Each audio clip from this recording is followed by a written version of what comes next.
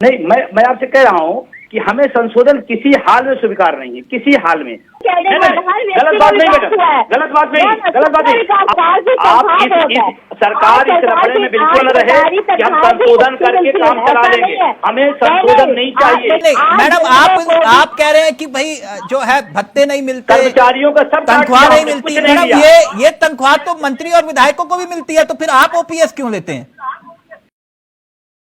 ये वाकई आप तक भी खबर पहुंची हुई, क्योंकि आपके पास पहले खबर आएगी, मुझे पूरी उम्मीद है कि नेशनल पेंशन स्कीम में संशोधन सरकार कर सकती है।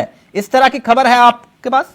जी खबर है, और ये भी खबर है कि बहुत जल्दी इसमें कुछ संशोधन करने वाले हैं। लेकिन मैं आपसे बहुत जिम्मेदारी के साथ कह रहा हूं, हम ये आंदोलन संशोधन के लिए नहीं चला रहे। हमारा एनपीएस में संशोधन हो ये मैं नहीं चाहता हूं। मैं चाहता हूं हूबहू पुरानी पेंशन 1972 की जो नियमावली है पुरानी पेंशन की, वो नियमावली हमको चाहिए, हमें संशोधन नहीं चाहिए। यानी आप ये कह रहे हैं संशोधन मंजूर नहीं है, रिटायरमेंट भुगतान के तौर पर आखिरी सैलरी का आपको 40 से 45% देने का प्लान है? नहीं, मैं आपसे कह रहा हूं कि हमें संशोधन किसी हाल में स्वीकार नहीं है, किसी हाल में। और अभी जो सरकार की जो कवायद है, जो उसको टेंशन है कि हम संशोधन करके लोगों को समझा लें। लेकिन मैं आपसे बड़ी जिम्मेदारी से याद कर रहा हूँ, इस देश का जो 1 करोड़ लगभग एनपीएस में लोग हैं, सेंट्रल स्टेट सब मिला करके 1 करोड़, और उनके परिवार के लोग इस बात के लिए बिल्कुल निश्चिंत हैं कि हमें चाहिए पुरानी पेंशन, हमें संशोधन नहीं चाहिए। और संशोधन का जो खेल है इस देश में हम अच्छी तरीके जानते हैं। ये भी हम जानते हैं सरकार खेला खेलेगी, वो कुछ बताए देगी और बताएगी कुछ और मिलेगा कुछ। तो संशोधनों के चक्कर में हमारी टीम पहले से तैयार है, हमारे लोग तैयार हैं, हमें चाहिए हूबहू पुरानी पेंशन। ये घाव तो आपको हिमाचल में भी लगा ना, पंजाब में भी लगा, कर्नाटक में भी लगा। मैं तो उस घाव की जिक्र कर रहा था। तिलक जी, सबसे बड़ी बात ये सरकार वही करेगी जो वो कर सकती है, वो झूठा वादा नहीं करेगी। जैसे वो लोग सब झूठे वादे करते हैं। नहीं तो ओपीएस झूठा वादा है?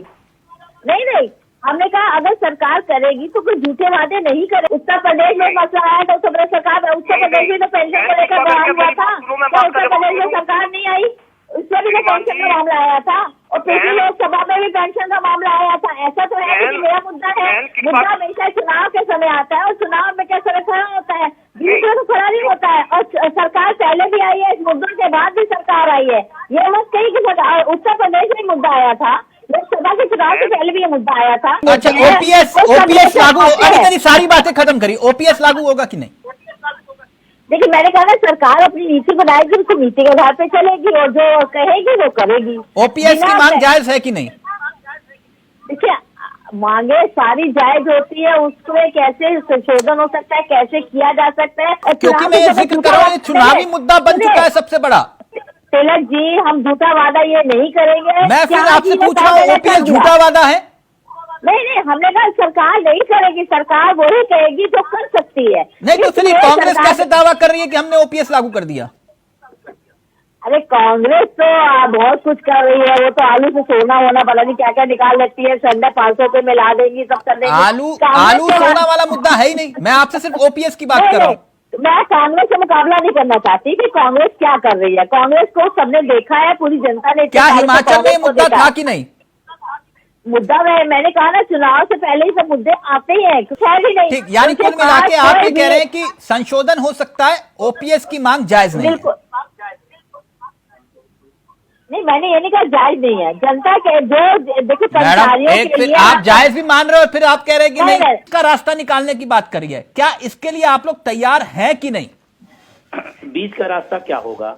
आज की डेट में माननीय प्रधानमंत्री जी प्रधानमंत्री हैं, क्या प्रधानमंत्री और भूतपूर्व प्रधानमंत्री के बीच का कोई रास्ता होता है क्या? प्रधानमंत्री और भूतपूर्व प्रधानमंत्री के बीच का कोई रास्ता निकलेगा क्या? अरे कोई प्रधानमंत्री होगा या भूतपूर्व प्रधानमंत्री होगा, बीच का क्या होता है? ओपीएस है तो ओपीएस है, उसमें बीच का रास्ता क्या होता है? और हम अपने माँ बाप को बूढ़े में उनकी दवाई पैसा खर्चा करते हैं, उनके खान पान पैसा खर्चा करते हैं, हम बीच का रास्ता निकालेंगे? हमारा ही संस्कार है क्या? ये सवाल, ये जो सरकारें बहुत संवेदनहीन हो गई हैं, इनको समझना चाहिए, ये पैसे का जुड़ा नहीं है, ये हमारे संस्कार का जुड़ा हुआ मैटर है। जो कर्मचारी 30 साल 35 साल किसी देश को, समाज को, विभाग को सेवाएं देता है, और आप कह रहे हो बीच का रास्ता निकाल दीजिए। अगर कर्मचारी बीच का रास्ता निकाले, अभी आप जैसे अर्धसैनिक बल हैं, अब इनको बॉर्डर पे आप भेजिए युद्ध में और कहिए आप बीच का रास्ता निकाल लीजिए। अरे भाई वहां सेना में जाएगा तो दुश्मन सामने होगा, उसको गोली मारेगा। अनीता जी, बीच के रास्ते की बात नहीं हो रही, संशोधन की बात हो रही है कि हो सकता है उसमें कोई संशोधन हो सकता है। पहले क्या था आज क्या, देखिए समय का समीकरण तो चेंज हुआ ही, ऐसा नहीं जो पहले था कभी आज से आप पहले तनख्वाह मैडम आप जिम्मेदारी से कह रहा हूँ, आप सरकार इस रफड़े में बिल्कुल न रहे कि हम संशोधन करके काम चला लेंगे, हमें संशोधन नहीं चाहिए।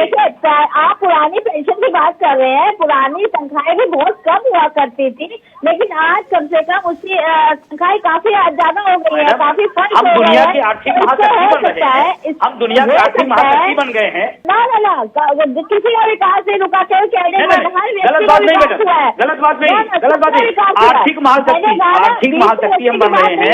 आर्थिक महाशक्ति में मेरा भाग कहाँ है, मैं ये पूछ रहा हूँ। किया जा सके उस आर्थिक महाशक्ति कौन बना रहा है, आर्थिक महाशक्ति कौन बना रहा है, उसमें कौन रोल अदा कर रहा है? वही कर्मचारी, वही शिक्षक, वही देश का नागरिक कर रहा है। तो आर्थिक महाशक्ति आप बने तो हमें कटौती क्यों कर रहे हैं आप? हमें तो खुशी हो रही है आर्थिक महाशक्ति बनिए, हमें और दीजिए, क्यों नहीं दे रहे हैं? ये बताइए तंख्वाहें नहीं बढ़ी है, बोनस नहीं बढ़ते, फंड्स नहीं बढ़ते, ऐसा तो है नहीं कि नहीं किया। नहीं अनीता जी, एक मिनट काट दिया आपने। अनीता जी, नहीं मैडम, आप कह रहे हैं कि भाई जो है भत्ते नहीं मिलते, कर्मचारियों का सब तनख्वाह नहीं मिलती। मैडम ये तनख्वाह तो मंत्री और विधायकों को भी मिलती है, तो फिर आप ओपीएस क्यों लेते हैं? देखिए ये आज मैंने कहा नहीं, मुद्दा आज का नहीं है, काफी पुराना मुद्दा है, लेकिन चुनाव के समय इसको लेकर आते हैं। मैडम ये मतलब आपके लिए कड़वी दवाई नहीं मीठी दवाई है, और उनके लिए कड़वी दवाई है। आप उनको कह रहे हो कि मत खाओ, और आप खुद उसका इस्तेमाल कर रहे हैं। मैं एक बात जानना चाह रहा हूं कि क्या 23 के इस चुनाव में बिल्कुल साफ स्पष्ट हो जाएगा कि आखिरकार जो पुरानी पेंशन देगा सत्ता में वही आएगा? क्या ये स्पष्ट हो जाएगा? और अगर 23 में नतीजा उल्टा विपरीत हुआ आपके, तो फिर यह भी स्पष्ट हो जाएगा, यानी दो धारी तलवार है मसला। जी बिल्कुल आपकी बात से मैं पूरी तरह सहमत हूँ। ये निश्चित रूप से पांचों विधानसभा के चुनाव इस पुरानी पेंशन के आंदोलन को एक नई ऊंचाई और एक नई दिशा देंगे। और हम पूरे प्रदेश के पांचों राज्यों के जो हमारे साथी हैं, मैं सबसे लगातार अपील कर रहा हूं कि आपको चाहिए ओपीएस तो आपके हाथ में आ गई है। अब उस वोट की ताकत से आप ओपीएस ले लीजिए।